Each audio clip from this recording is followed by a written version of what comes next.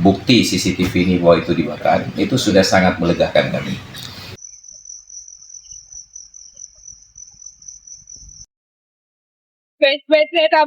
Halo, halo, halo.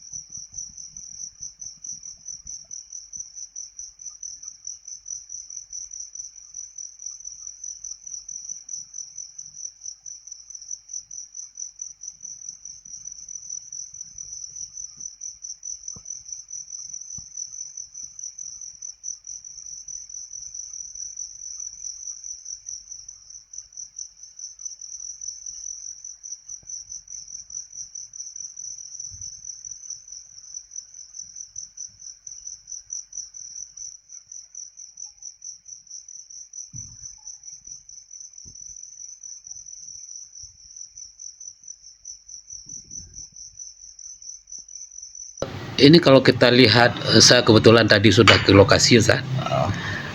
Ada bincang-bincang juga dengan santri yang kelas 3. Mereka kan lagi lalap tidur sekitar jam setengah 4 peristiwa. Nah, mungkin bisa dicerita terkait musibahnya.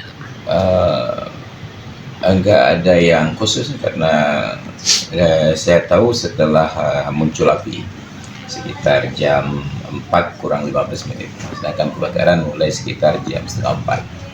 Saya ke lokasi, api memang sudah besar, lebih kurang 15 menit kemudian baru sampai pemadam kebakaran. Itu apa ada yang ronda atau bagaimana?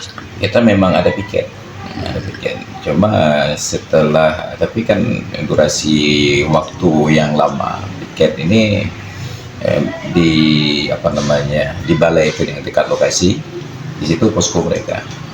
Mungkin ini ditunggu waktu lengahnya piket terjadi kasus. Ya.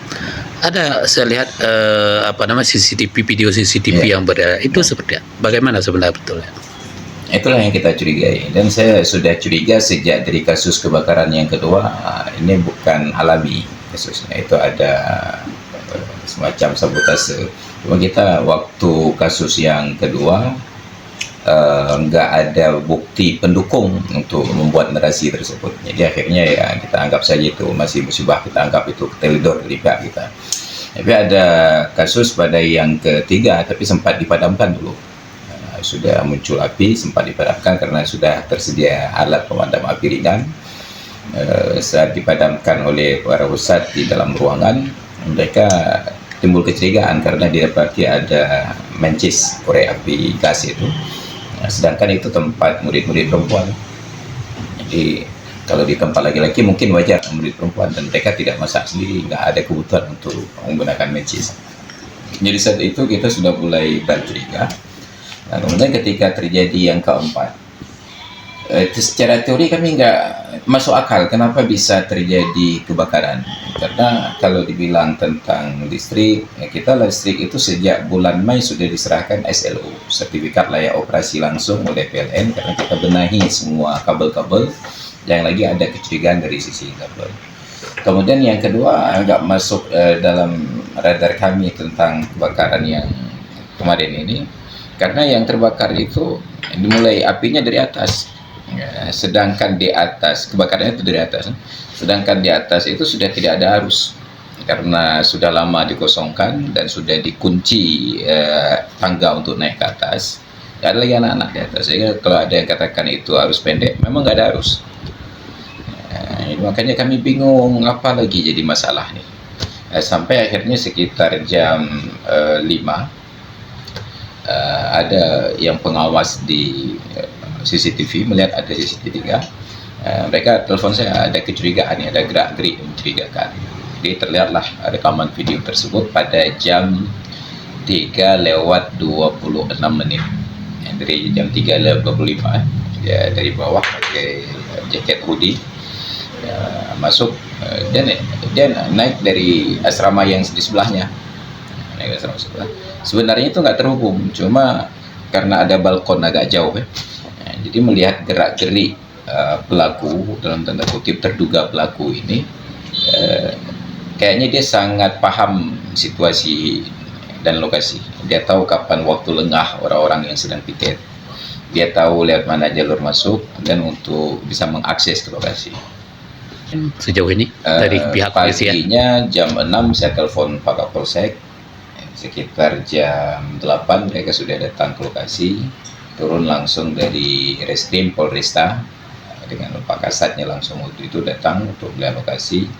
Lalu datang tim dari Inavis, juga sudah dipasang polis lain. Mereka sudah amankan di lokasi, mereka dapat di sekitar lokasi mereka dapatkan jaket yang digunakan, dugaan jaket yang digunakan.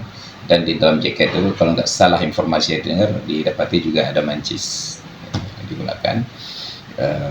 Ini sedang menunggu tim dari Puslap 4 dari Medan untuk melihat apakah, karena di dalam rekaman video menurut kawan-kawan polisi tidak terlihat bahwa dia yang menyalakan api karena memang tertutup dalam ruangan. Cuma api itu muncul dari lokasi setelah dia keluar. Jadi kalau asumsi dari kami dari pesantren juga dari kawan-kawan polisi begitu, ada kemungkinan dia nyalakan api di dalam lalu dia keluar, kan perlu waktu untuk membesar karena dia tidak pakai bahan bakar. Cuma itu asrama, bekas asrama, mungkin ada kain, ada kayu-kayu kering, duganya begitu. Ya. Tapi inisialnya sudah diketahui sejauh ini? Belum ada.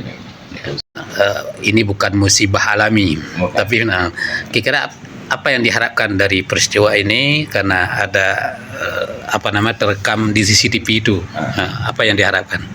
Bagi saya secara personal ada bukti saja bahwa itu ada unsur sabotase itu sudah melegakan saya, karena terkesan selama ini pesantren abai terhadap faktor keamanan, jadi seolah-olah keteledoran dari pihak pengurus.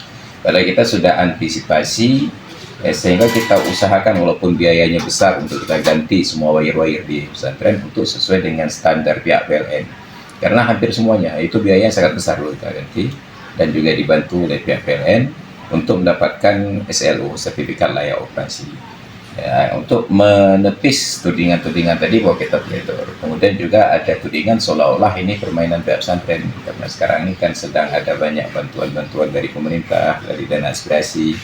Ya, padahal kita dari kebakaran yang pertama sudah hampir 2 tahun lalu itu belum ada bantuan sama sekali dari pemerintah secara resmi. Kemudian ada, saya baca narasi-narasi di media sosial itu seolah-olah hanya ada asuransi, permainan asuransi. Maka dengan adanya bukti CCTV ini bahwa itu dibakar, itu sudah sangat melegakan kami. Cuma masalah siapa pelakunya itu menjadi tanggung jawab kepolisian. Tapi perlu diungkap nih. Perlu wajib diungkap, supaya terang. Siapa tahu memang ada pihak-pihak yang tidak senang kepada lembaga pendidikan daerah, atau boleh jadi dari internal daerah, apakah dari ustadz, apakah dari anak-anak, supaya kita tahu apa motivasinya untuk melakukan hal demikian. Sebab sudah berulang bukan sekali, ini yang keempat kali bagi kami.